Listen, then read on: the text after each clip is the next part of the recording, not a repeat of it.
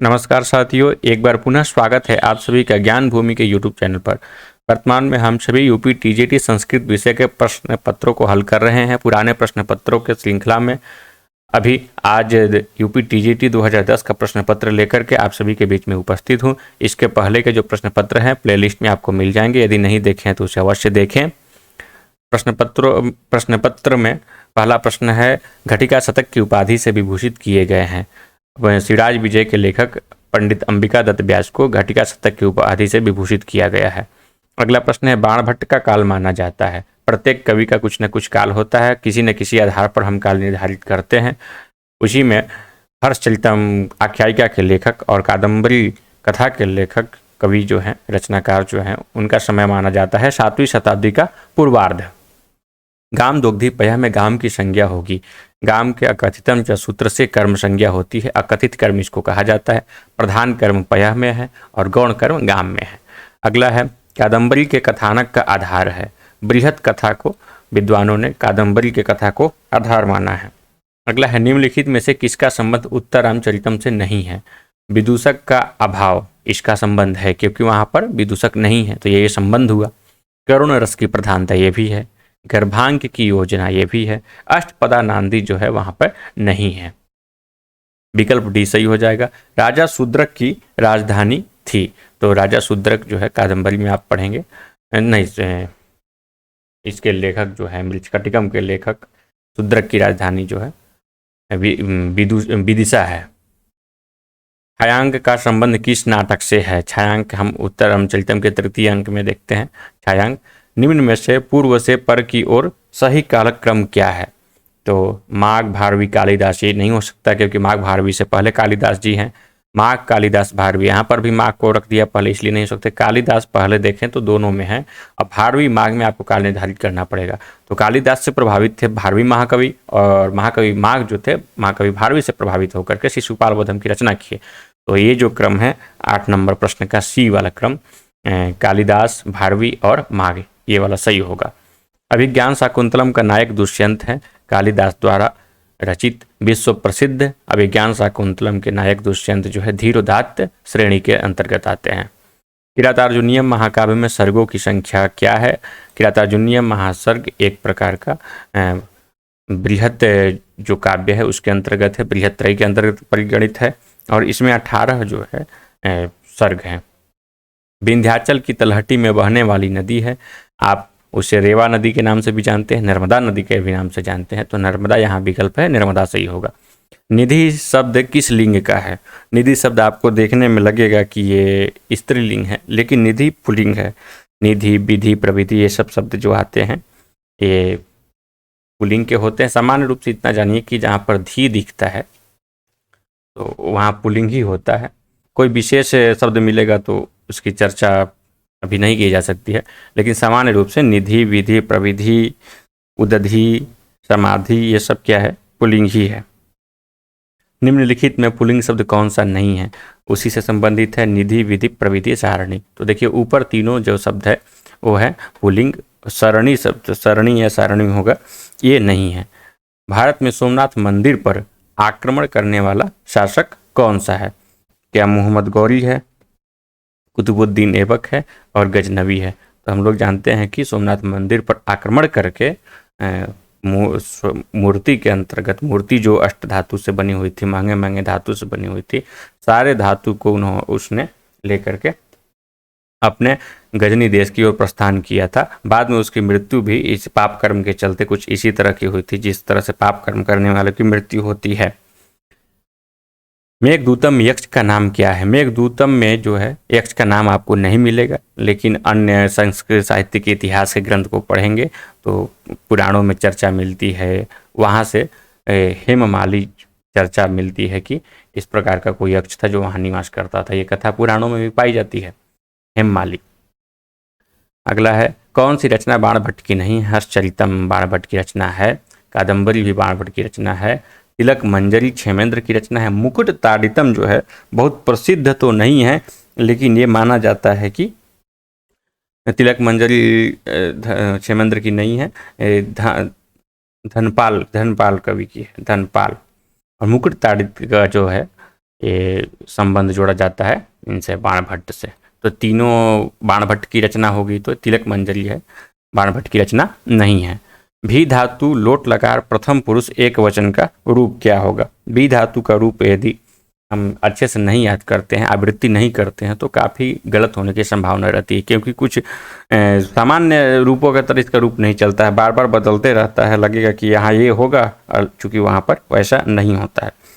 तो पूछा है लोट लकार प्रथम पुरुष, तो लोट लकार के प्रथम पुरुष के एक वचन में विभेतु बनेगा, और द्विवचन पूछता तो विभिताम बनता, बहुवचन में विभेतु बनेगा।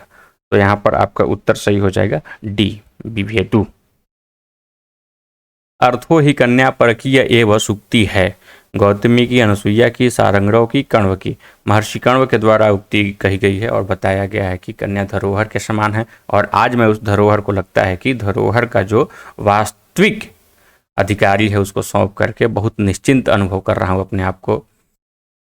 राजा दुष्यंत की प्रथम पटरानी थी, सानुमति तो नहीं थी, सानुमति तो मेनका की सखी थी, जो अभिज्ञान शाकुंतलम में शकुंतला के कुशल क्षेम को जानने के लिए आई हुई थी।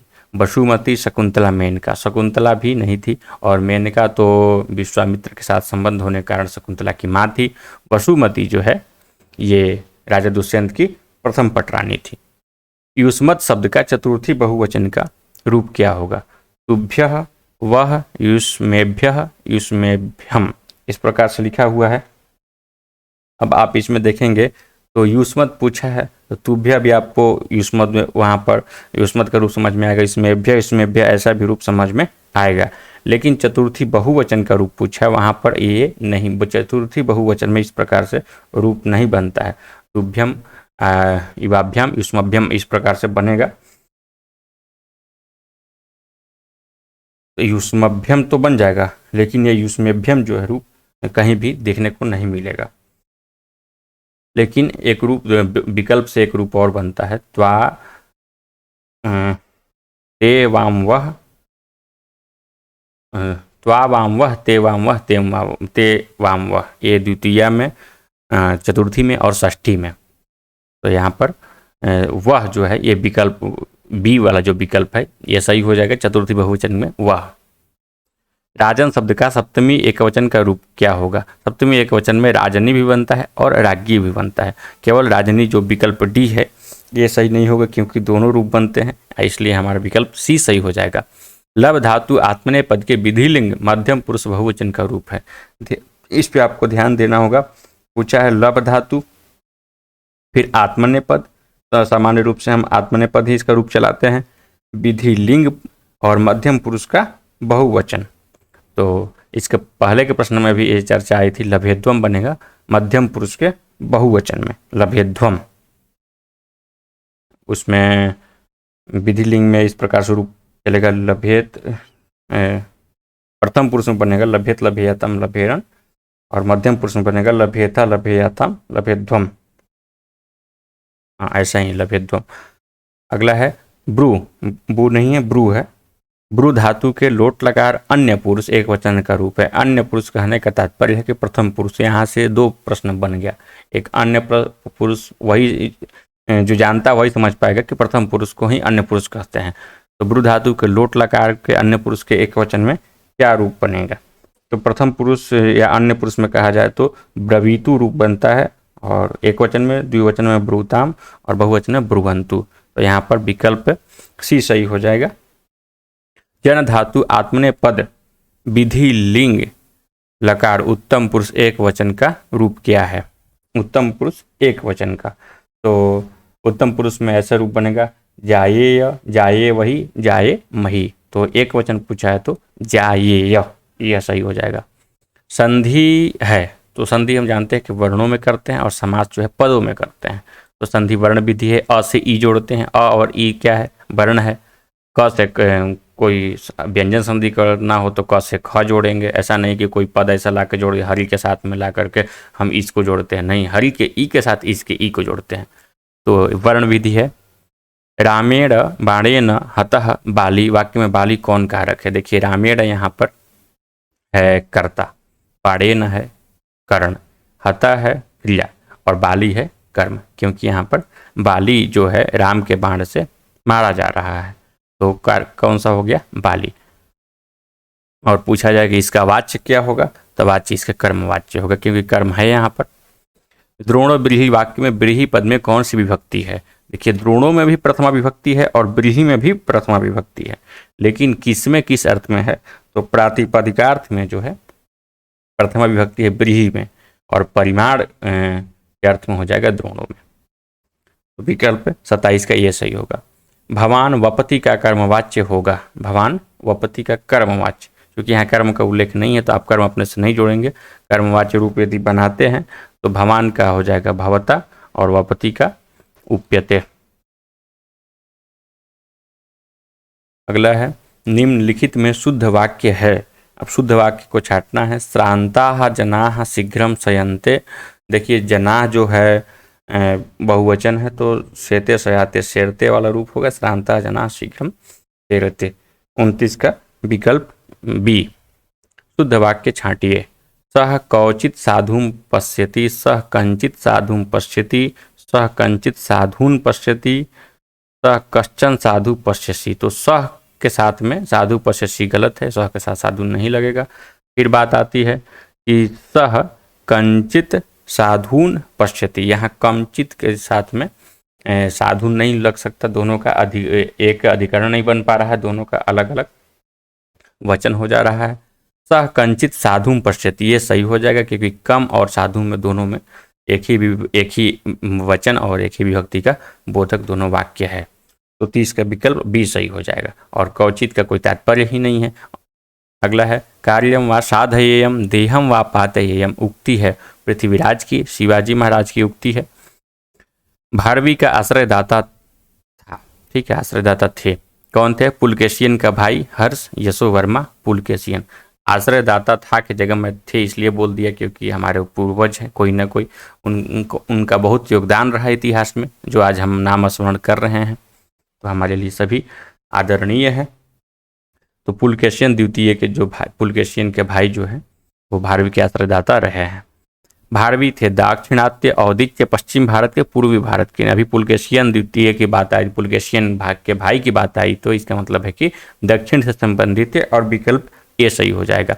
न खलु धीमताम कश्चित अभिषयो नाम, यह सूक्ति है किरातार्जुनीयम की सूक्ति है, नहीं। शिवराज विजय की भी नहीं है, सुग्नासोपदेश की नहीं है। अभिज्ञान शाकुंतलम की सूक्ति है, सारंगरों के द्वारा कहा जाता है महर्षि कण्व के उक्ति पर, जो बोलते हैं कि हम लोग आश्रम के निवासी हैं और गृहस्थ के धर्मों को नहीं जानते हैं, तब ये सूक्ति है कि बुद्धिमान के लिए या जो विद्वता युक्त हैं उनके लिए कोई भी अविषय चीज नहीं है।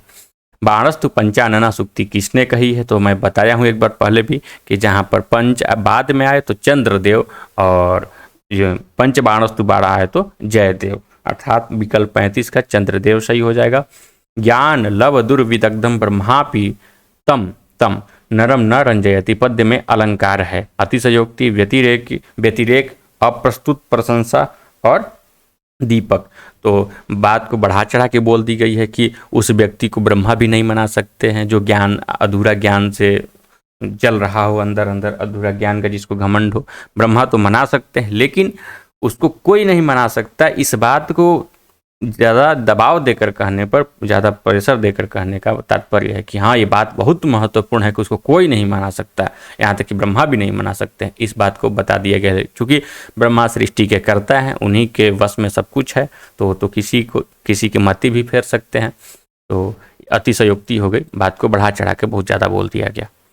लघुत्रयी के अंतर्गत कौन कौन से ग्रंथ आते हैं? तो कुमार संभ, लघुत्रयी पूछा है ना, तो महाकवि कालिदास के ही तीनों ग्रंथ आते हैं, कुमार संभव, मेघदूतम और रघुवंशम। सुग्नासोपदेश किस ग्रंथ का अंश है? कादम्बरी का अंश है सुग्नासोपदेश। किरातार्जुनीयम का गुप्तचर किस वेश में हस्तिनापुर में जाता है? तो ब्रह्मचारी के वेश में हस्तिनापुर में जाता है।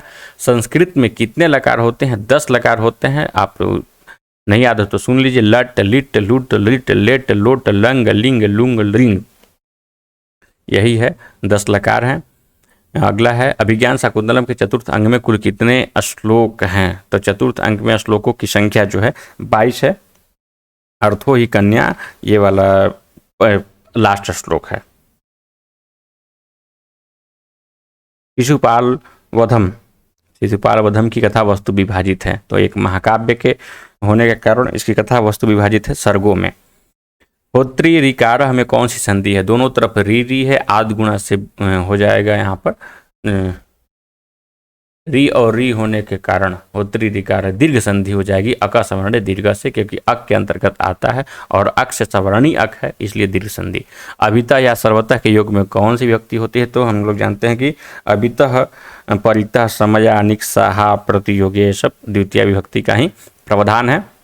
हितम मनोहारित दुर्लभम वचा, यह किस ग्रंथ की और किसकी उक्ति है? तो ये किरातार्जुनीयम की उक्ति तो है, लेकिन उक्ति वनेचर के हैं, युधिष्ठिर की उक्ति नहीं है।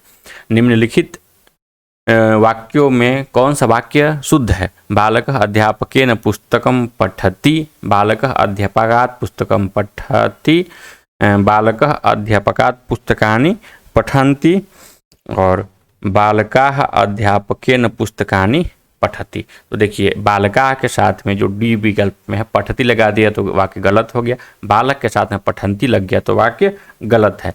अब बात आती है कि कौन सा सही है।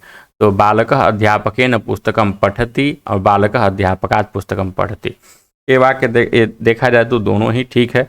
पंचमी उपाध्याय अधीते के द्वारा अध्यापकात् होगा और अध्यापक यदि करण अर्थ में देखें अध्यापक से पढ़ते हैं, अध्यापक वहाँ पर माध्यम है तो भी सही है। तो विकल्प दोनों को हम सही मान सकते हैं, लेकिन ज़्यादा सटीक बालकः अध्यापकात् पुस्तकं पठति ही है। बालकाय मोदकाः रोचन्ते में बालका की संप्रदान संज्ञा किस सूत्र से होती है? तो जानते हैं कि रुच्यार्थानां प्रियमाण सूत्र से होती है। रुच्यार्थक धातु का प्रयोग हो और जिसको प्रिय लगता हो कोई चीज़ उसकी संप्रदान संज्ञा होती है और संप्रदान संज्ञा होने के कारण चतुर्थी विभक्ति होती है।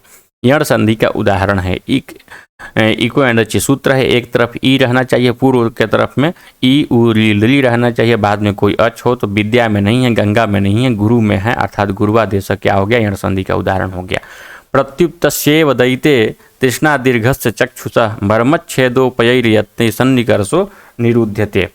उपमा उत्प्रेक्षा रूपक अतिशयोक्ति इस श्लोक में इस चारों में से कौन सा अलंकार है? तो यहाँ पर तो एक प्रत्युत्तस्यैव दीयते तृष्णा दीर्घस्य चक्षुषा इस अर्थ में उत्प्रेक्षा हो गया, ठीक ना।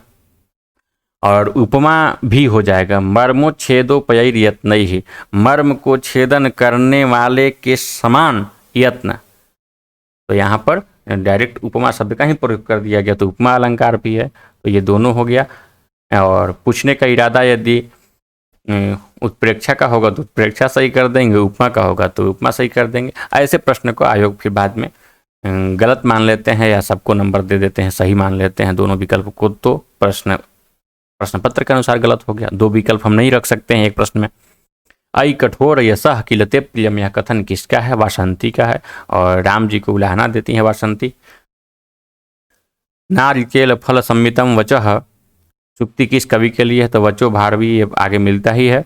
ओदिकांतम स्निग्धो जनो अनुगंतव्य इति श्रूयते, यह कथन किसका है? कर्ण वशिष्ठ सारंगराव की उक्ति है ये कि जल के पास तक में जब यदि किसी की विदाई करनी हो तो अपने गांव में अपने शहर का जो अंतिम छोर हो जहाँ पर जल हो वहीं तक जाना चाहिए प्रियजनों के द्वारा। अनुगंतव्य मतलब भेजने के लिए जाया जाए। आश्चोत्तनम नु हरिचंदन पल्लवाना में नु किस अलंकार का वाचक है? तो यहाँ पर भी उत्प्रेक्षा नहीं है, क्योंकि हरिचंदन पल्लव आश्चोत्तनम नु हरि। एक मिनट, इसका थोड़ा सा अर्थ हम स्मरण कर लें। संदेह अलंकार होगा यहाँ पर, क्योंकि वो खुद ही डिसाइड नहीं कर पा रहे हैं कि हाथ का स्पर्श है कि हरिचंदन के पल्लव का स्पर्श है, संदेह अवस्था में पड़े हुए हैं। सीता जी जब स्पर्श करती है राम को उस समय का ये प्रसंग है। निरंध्र होगा, निरंध्र बाल कदनी में निरंध्र का अर्थ है तो निरंध्र का अर्थ सघन है। वधु द्वितीय का अर्थ है प्रिया के साथ, द्वितीय साथी वहाँ पर कोई उनके साथ में वधु ही है तब उनको बोला जाएगा वधु द्वितीय, और वधु द्वितीय ये राम जी के लिए प्रयोग हुआ है। यक्ष का प्रवास कितने दिनों का था? 1 वर्ष का था। कृत प्रणाम में कौन सा समास है? कृत प्रणाम में बहुब्रीहि समास है। कृत प्रणाम ये न सह, इस प्रकार से। वनेचर में कौन सा प्रत्यय लगा है? चरेष्टा सूत्र से ट प्रत्यय लगा है। अस्रौसम, अस्रौसम जो है लुंग लकार का ये उदाहरण है, वो लुंग लकार का रूप बनता है, धातु रूप। लुंग लकार के अस्रौसम उत्तम पुरुष के एक वचन में बनेगा, मीप वाले जगह पर। वैक्रमा में कौन सा प्रत्यय है? विक्रम शब्द से अण प्रत्यय लगकर के वैक्रमा बना है। 8 को पुल्लिंग में क्या कहेंगे? 8 को अष्टम ही कहेंगे। भवभूति का संबंध किस कृति से नहीं है? तो बुद्ध चरितम से नहीं है। बाकी 3 विकल्प आप देखें, उत्तर रामचरितम, महावीर चरितम और मालती माधव, तीनों से है। दुष्यंत और शकुंतला की कथा महाभारत के किस पर्व में प्राप्त होती है? चूंकि पांडव और कौरव के पूर्वज रहे हैं दुष्यंत और शकुंतला, और पूर्वजों की चर्चा आती है सबसे पहले ही आदि पर्व में। किस महाकाव्य के प्रत्येक सर्ग के अंत में लक्ष्मी शब्द का प्रयोग किया गया है? तो किरातार्जुनीयम के अंत में लक्ष्मी शब्द का प्रयोग किया गया है और शुरू में श्री शब्द का। राजा ब्राह्मणाय गाम ददाती वाक्य में रेखांकित शब्द, रेखांकित मतलब यही जो ब्राह्मणाय गाम ददाती शब्द की क्या संज्ञा होगी? ब्राह्मणाय में संप्रदान संज्ञा है। अष्टाध्यायी के रचनाकार, अष्टाध्यायी के रचनाकार कौन है? महर्षि पाणिनि है। मेघदूतम में यक्ष के साप को अवसान का दिन था। देव प्रबोधनी एकादशी।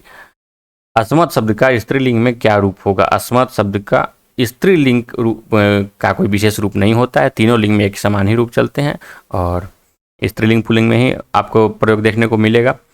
तो अहम त्वम मया कोई लिंग नहीं होता, ये बात सही है कि किसी भी प्रकार का कोई लिंग नहीं होता है। अस्मद में एक सर्वनाम शब्द है और इसमें कोई लिंग नहीं होता। बाकी सर्वनाम की भी है लेकिन अस्मद युष्मद ये सब शब्दों का कोई लिंग नहीं है। स्त्री शब्द के द्वितीय बहुवचन का रूप क्या बनेगा? तो स्त्री शब्द के द्वितीय में इस प्रकार से रूप बनता है, स्त्रियम स्त्रियौ स्त्रिय। अब प्रथमा में देखा जाए तो श्री स्त्रियौ स्त्रिय, तो स्त्री स्त्रियौ स्त्रिय, स्त्रियम स्त्रियौ स्त्रिय। तो द्वितीय का बहुवचन में पूछा है तो विकल्प हो जाएगा आपका स्त्रिय। मति शब्द का चतुर्थी एक वचन में क्या रूप बनेगा? तो मति में दोनों रूप बनते हैं, मतय भी बनता है और मतय भी बनता है। अगला है कादम्बरी और हर्षचरितम में बाण ने किस देवता की स्तुति की है? शिव, विष्णु, इनमें से दोनों, इनमें से कोई नहीं। तो देखिए दोनों की स्तुति की गई है, विष्णु की भी स्तुति है, भगवान शिव की भी स्तुति है। भर्तृहरि के अनुसार सर्वोत्कृष्ट आभूषण क्या है? वाग्भूषणम, भूषणम, यहाँ पर जो वाक है वही सबसे बड़ा आभूषण है। शीलम परम भूषणम से वाग्भूषणम तो वहाँ आभूषण की बात है, शीलम परम भूषणम सर्वोत्परम का तात्पर्य है यहाँ पर जो सर्वश्रेष्ठ हो, तो शीलम परम भूषणम। प्रत्यक्षम में समास है, प्रत्यक्षम में अव्ययी भाव समास है और इसका इस प्रकार अक्षम अक्षम प्रति इस प्रकार से करके ये बनेगा अव्ययी भाव समास। शुक के पूर्व जन्म का नाम था, शुक के पूर्व जन्म का नाम यदि देखा जाए तो वहाँ पर ये पुंडरीक नाम था। 3 जन्मों की कथा है, उसमें अलग अलग नाम है और अलग अलग नाम में देखेंगे तो प्रथम जन्म में पुंडरीक, द्वितीय में वैशंपायन और तृतीय जन्म में शुक। और चंद्रापीठ के तीनों देखेंगे तो चंद्रमा, चंद्रापीठ और शूद्रक। वीर रस प्रधान काव्य है, वीर रस प्रधान काव्य किरातार्जुनीयम है, कुमार संभव में नहीं है, नैषद में भी नहीं है, करुण रस है उत्तरामचरितम में। तेन सुप्यते किस वाच्यिका है? तो यहाँ पर कर्म का उल्लेख नहीं है, भाव वाच्यिका है और जो शयन करने वाली धातु है वो तो अकर्मक ही है, तो यहाँ पर साफ है कि भाववाच्यिका है। कुबेर द्वारा यक्ष को शाप दिए जाने पर वह किस पर्वत पर जाकर रहने लगा? रामगिरी आश्रम में रहने लगा, वहाँ पर उल्लेख भी है। कश्चित कांता विरह गुरुणा वाला श्लोक में रामगिरी आश्रमेषु। रामः गच्छति का कर्मवाच्य होगा, तो रामः गच्छति, गच्छ धातु यहाँ पर ऐसा नहीं है कि अकर्मक है, कर्मवाच्य रूप बनेगा लेकिन कर्म उल्लेख नहीं है तो बिना कर्म के बनाएंगे, तो रामः का रामेण हो जाएगा और गच्छति का यहाँ पर गम्यते हो जाएगा। तो 78 का विकल्प सी सही हो जाएगा। कुंद का पुष्प होता है, तो कुंद का पुष्प सफ़ेद होता है। हम लोग कुंद पुष्पवत रस का भी देखते हैं, रस का एक वर्ण जो है कुंद पुष्पवत होता है और ये 79 का बी सही हो जाएगा। निम्नलिखित में कौन गीति काव्य का ग्रंथ नहीं है? गीति का तात्पर्य है जिसको हम नहीं गा सकते हैं, तो कुमार संभव, ऋतु संहार, मेघदूतम। गा तो कुमार संभव को भी जाते हैं, लेकिन एक श्रेणी होती है गाने की, तो ऋतु संहारम और मेघदूतम ये दोनों है, अर्थात बी और सी हम दोनों को मान सकते हैं। यही वाला जो है ये नहीं होगा। गीति काव्य के अंतर्गत एक महाकाव्य है। दुधुक्षसी में कौन सी धातु है, तो दू धातु ढूंढिए, हाँ बी में मिल गया। दू धातु का रूप बनता है, दू धातु का ही दुधुक्षसी रूप बनता है, और वो बनेगा आपका सन प्रत्यय लगाने के बाद दुधुक्षसी, और मध्यम पुरुष एक वचन में सी दिख ही रहा है। सर्वे गुणा कांचन माश्रयन्ते सुक्ति किस ग्रंथ से संबंधित है, ये तो कुमार संभव से भी है, लेकिन यहाँ पर नीति शतक से है। पितुहु पितृ शब्द का कौन सा रूप है, पंचमी एक वचन और षष्ठी एक वचन में बनता है पितुहु, तो इसका विकल्प हो जाएगा यहाँ पर ए। चतुरशीति किसे कहते हैं, 4 और 80 मिलाकर के बनेगा 84, चतुरशीति बोलते हैं।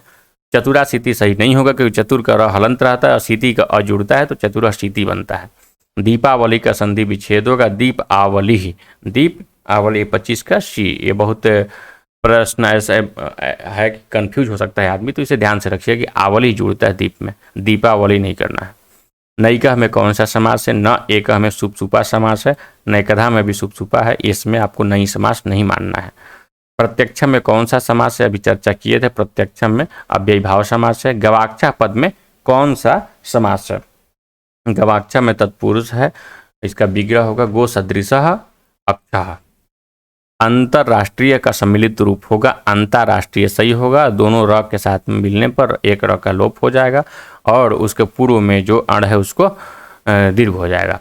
अलम श्रमेण इस वाक्य में कौन सी विभक्ति किस कारक से है, तो अलम श्रमेण जो श्रम यहाँ पर कर्ण बन जाता है, और कर्तृकर्ण तृतीया से क्या हो जाता है तृतीय विभक्ति, तो तृतीय विभक्ति श्रम हेतु, इसलिए हेतु से तृतीय नहीं, ऐसा नहीं है।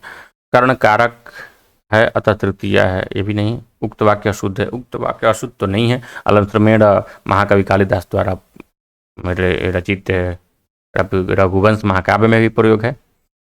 शुद्ध शब्द का चयन करिए, अम्बरीशः अम्बरीशः अम्बरीशः अम्बरीशः, तो यहाँ पर अम्बरीशः ये जो विकल्प डी है अम्बरीशः ये सही है। अशुद्ध वाक्य चुनिए, बालः चित्रम अवलोकते चिंतकः आलोचति तरुणः वस्त्रम धरति सा स्वयं लेपयति, सा स्वयं लेपयति। इसका बालः चित्रम अवलोकते देखा जाए तो ये भी सही ही है, बालः चित्रम अवलोकते।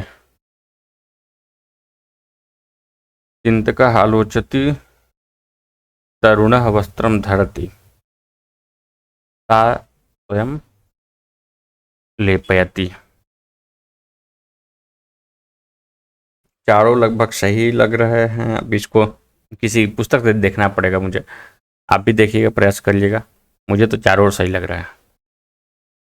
शुद्ध शब्द चुनिए, सहोदरा सहोदरी दोनों शुद्ध है, दोनों अशुद्ध है, नहीं सहोदरी शब्द नहीं बनता, सहोदरा है, सहोदरा आपको मिल भी जाएगा कादम्बरी में। अमृत सहोदरा पिकटु विपाका। इनह से तात्पर्य है, इनह किसको बोला जाता है, इसका तात्पर्य क्या है, तो स्वामी को बोलते हैं।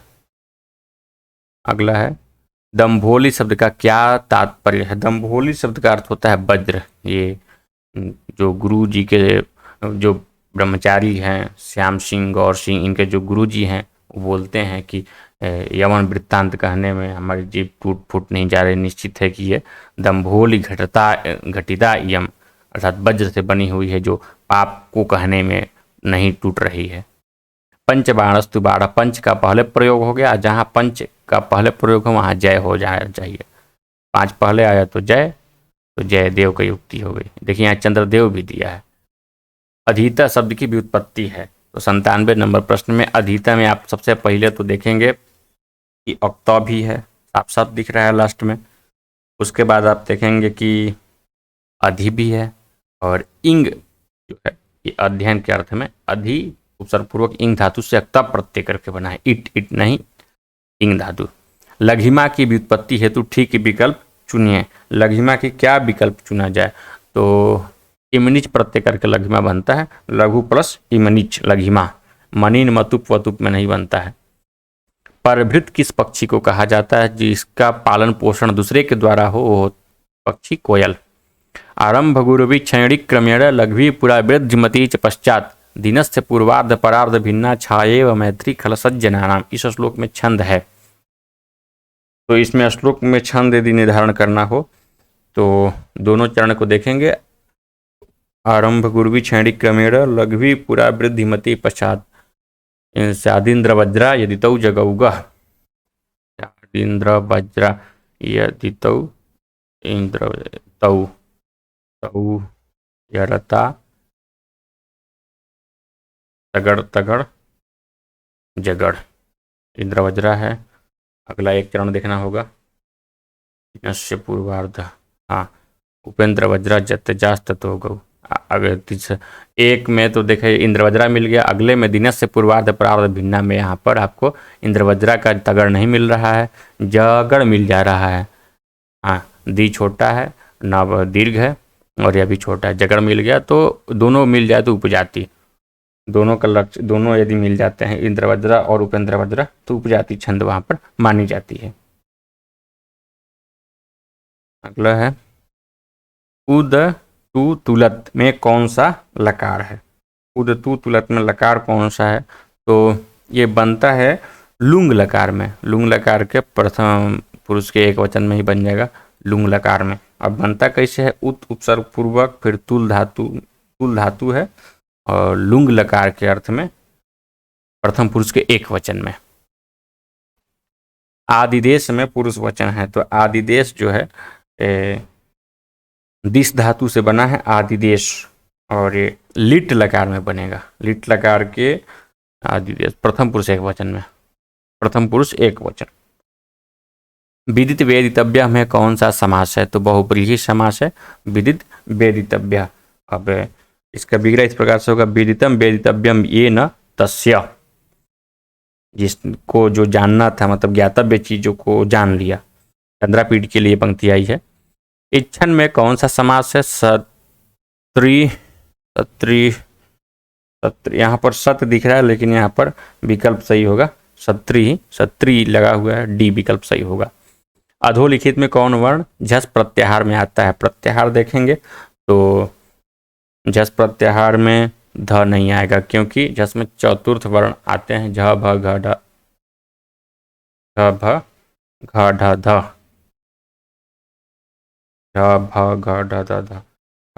झस में कौन सा आता है, तो ध आएगा और तीनों नहीं आता है। चतुर्थ आते हैं तो चतुर्थ, और यहाँ त थ द ध। संता में कौन सी धातु है, तो संता में धातु अस धातु से ही संता बनेगा, अस। तद सु तन ये नहीं बनेगा, अस धातु से संता। सूली का अर्थ है और अस का संता बनेगा कहाँ है, देख लीजिए। लट लकार में तो बनेगा लेकिन सत्री प्रत्यय लगाने के बाद बनेगा। सूली का अर्थ है, तो सूली का अर्थ तो भगवान शिव भी है, कांटा भी है, तो यहाँ पर विकल्प सी हो जाएगा। कांटेदार नहीं, कांटा होता है सूली, विकल्प बी शिव। लुब्धक का अर्थ क्या है, लोभी लुभावना उपलब्ध बहेलिया। तो लुब्धक जो है बहेलिया के लिए प्रयोग आया है कि जो पक्षी को मारता है उसको हम लोग लुब्धक कहते हैं। कांतो दांता का अर्थ क्या है, चमकते दांत नहीं, प्रियतम का वृत्तांत, ये सही है। प्रिया का दांत नहीं, प्रिया का अंत भी नहीं, प्रियतम का वृत्तांत। कांतो दांते एक प्रसंग है, रत्नावली में भी है, मेघदूतम में भी है कि रत्नावली में प्रसंग है कि कांतो दांत जो है अर्थात प्रियतम का वृत्तांत किसी पशु पक्षी के द्वारा सुना जाए, पक्षी के द्वारा सुना जाए, वो व्यक्ति पुण्यवान ही होता है कि पक्षी के द्वारा अपने प्रियतम का वृत्तांत सुन रहा है। तो यही कांतो दांत है, प्रियतम का वृत्तांत। और यहाँ पर कांतो दांत यक्ष के द्वारा ये बात कही गई है, कांतो दांत की चर्चा उसी के प्रसंग में है। उज्जैनी में स्थित शिवलिंग का क्या नाम है, तो हम लोग जानते हैं कि 6 जो शिवलिंग है, ज्योतिर्लिंग 12 ज्योतिर्लिंग जो है उसमें महाकाल के भी मंदिर द्वादश ज्योतिर्लिंग के अंतर्गत परिगणित है। किस काव्य में अलकापुरी का वर्णन प्राप्त होता है, मेघदूतम में अलकापुरी का वर्णन प्राप्त है। मेघदूत किस विधा का ग्रंथ है, खंड काव्य है, नाटक नहीं है, चंपू भी नहीं, महाकाव्य भी नहीं है। भारतवर्ष में सर्वप्रथम यवन शासन का बीजारोपण किसने किया, महमूद गजनवी ने, शहाबुद्दीन ने, कुतुबुद्दीन ऐबक ने, अलाउद्दीन खिलजी ने। तो ये चारों के नाम पर जब चर्चा करेंगे तो शहाबुद्दीन जो है वही मुख्य रूप से यवन शासन का बीजारोपण किया। गजनी तो केवल रोकने लूटने के चक्कर में था। अगला है पत्र लेखा किसकी पुत्री है। तो कादंबरी में जो है पुत्र पुत्री का प्रसंग है उसे आपको जानना चाहिए। ऐसे है तो कुलुतेश्वर की, लेकिन और भी है। कादंबरी जो है वो गंधर्वराज चित्ररथ की पुत्री है। वैशंपायन के पिता जो है सुकनाश हैं और चंद्रापीठ के पिता तारापीठ हैं। बिलासवती उसकी माँ है। अगला है कादंबरी में कितने जन्म की कथा वर्णित है। 3 जन्मों की कथा वर्णित है। ये बहुत प्रसिद्ध है, आपको नहीं भूलेगा। मेघदूतम की यक्षिणी 7 दिवसों की गणना पुष्पों से करती है। कंठा श्लेष प्रणयनी जन किम पुनर्दूर संस्थे, इसमें जन शब्द किसका बोधक है, यक्ष का बोधक है और बहुत बार प्रश्न आया है। कृदंत की संज्ञा होती है तो कृत तद्धित समासाश्च से प्रातिपदिक संज्ञा होती है। शिवराज विजय के संबंध में क्या सही नहीं है। इसके लेखक अंबिका दत्त व्यास है, ये तो सही है बात। इसके नायक शिवाजी, ये भी सही है। शिवराज विजय में निश्वास 13 निश्वास, ये सही नहीं है, 12 निश्वास है। और शिवराज विजय प्रथम ऐतिहासिक उपन्यास है, तो यही विकल्प आपका सही हो जाएगा प्रश्न के अनुसार। शिवराज विजय के बारे में तो सही नहीं है, इसलिए ये सही हो गया। ब्रजंति ते मूढ़धिया पराभवम सुक्ति किरातार्जुनियम के किस सर्ग में उद्धृत है। 46 श्लोकों को कंठस्थ कर लीजिए एकदम। आपके प्रत्येक एक श्लोक बहुत महत्वपूर्ण है टीजीटी के दृष्टिकोण से, और प्रथम सर्ग में ये पंक्ति मिलती है। अगला है रघुवंश में कुल कितने सर्ग हैं। 50, 17, 19, 28, 19 सर्ग है और लघुत्रय में परिगणित है। सिराज विजय में कितने निश्वास हैं। 12 निश्वास हैं, 3 विराम हैं। किसने शकुंतला को शाप के प्रभाव से मुक्त करने के लिए दुर्वासा से प्रार्थना की थी। अनसुईया ने भेजा था। प्रियंवदा गई थी और बोली थी कि ये प्रथम अपराध मान करके, अपने पुत्री के समान उसको मान करके क्षमा कर दीजिए। तब महर्षि दुर्वासा ने कहा था कि ऐसे मेरा शाप तो व्यर्थ नहीं जा सकता, लेकिन किसी आभूषण, किसी अभिज्ञान को दिखाने से, कोई चिन्ह दिखाने से उसे शाप हट जाएगा और स्मरण आ जाएगा। रघुवंशियों का कौन सा कालक क्रमानुसार युग्म सही है। रघु अज दशरथ राम, दिलीप अज दशरथ राम, ये सही नहीं है। अज दिलीप रघु राम और राम दशरथ रघु अज, ये भी सही नहीं है। विकल्प जो ए है, रघु के बाद अज है और अज के बाद क्या है, दशरथ, दशरथ के बाद राम। महाभारत को कहा जाता है जय संहिता कहा जाता है।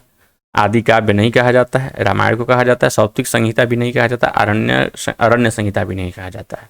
तो 125 नंबर प्रश्न का विकल्प ए सही है। इस प्रकार से 2010 के प्रश्न पत्रों को हम सभी ने देखा। 1-2 प्रश्न थोड़ा सा दिक्कत किए थे, उसे मैं अपने स्तर से बताया हूँ, आप भी देखिएगा। 1-2 प्रश्न ऐसे होंगे और जब लगातार हम लोग पढ़ेंगे तो ऐसा प्रश्न आगे, ऐसा प्रश्न यदि आता है तो बहुत आसान लगने लगेगा।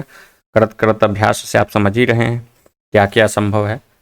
और प्रश्न पत्रों के अभ्यास के साथ साथ विषय वस्तु का अध्ययन अपना जारी रखिए। पुराने प्रश्न पत्र को देखने से प्रश्नों की शैली पता चलती है और प्रश्नों की प्रवृत्ति आपको समझ में आ जाएगी, किस प्रकार से प्रश्न पूछे जाते हैं। खैर, समय के अनुसार प्रश्नों की शैली भी परिवर्तित हो रही है, लेकिन सभी प्रश्न पत्र को आप देखेंगे, सुनेंगे, समझेंगे तो आपको समझ में ये भी आ जाएगा किस प्रकार से परिवर्तन हो रहा है। और उस परिवर्तन को आप पकड़ लेंगे तो प्रश्न पत्र आपको परीक्षा हॉल में दिक्कत नहीं करेंगे और अच्छा से अच्छा उत्तर देने का प्रयास करेंगे। बहुत बहुत धन्यवाद पूरा वीडियो में बने रहने के लिए।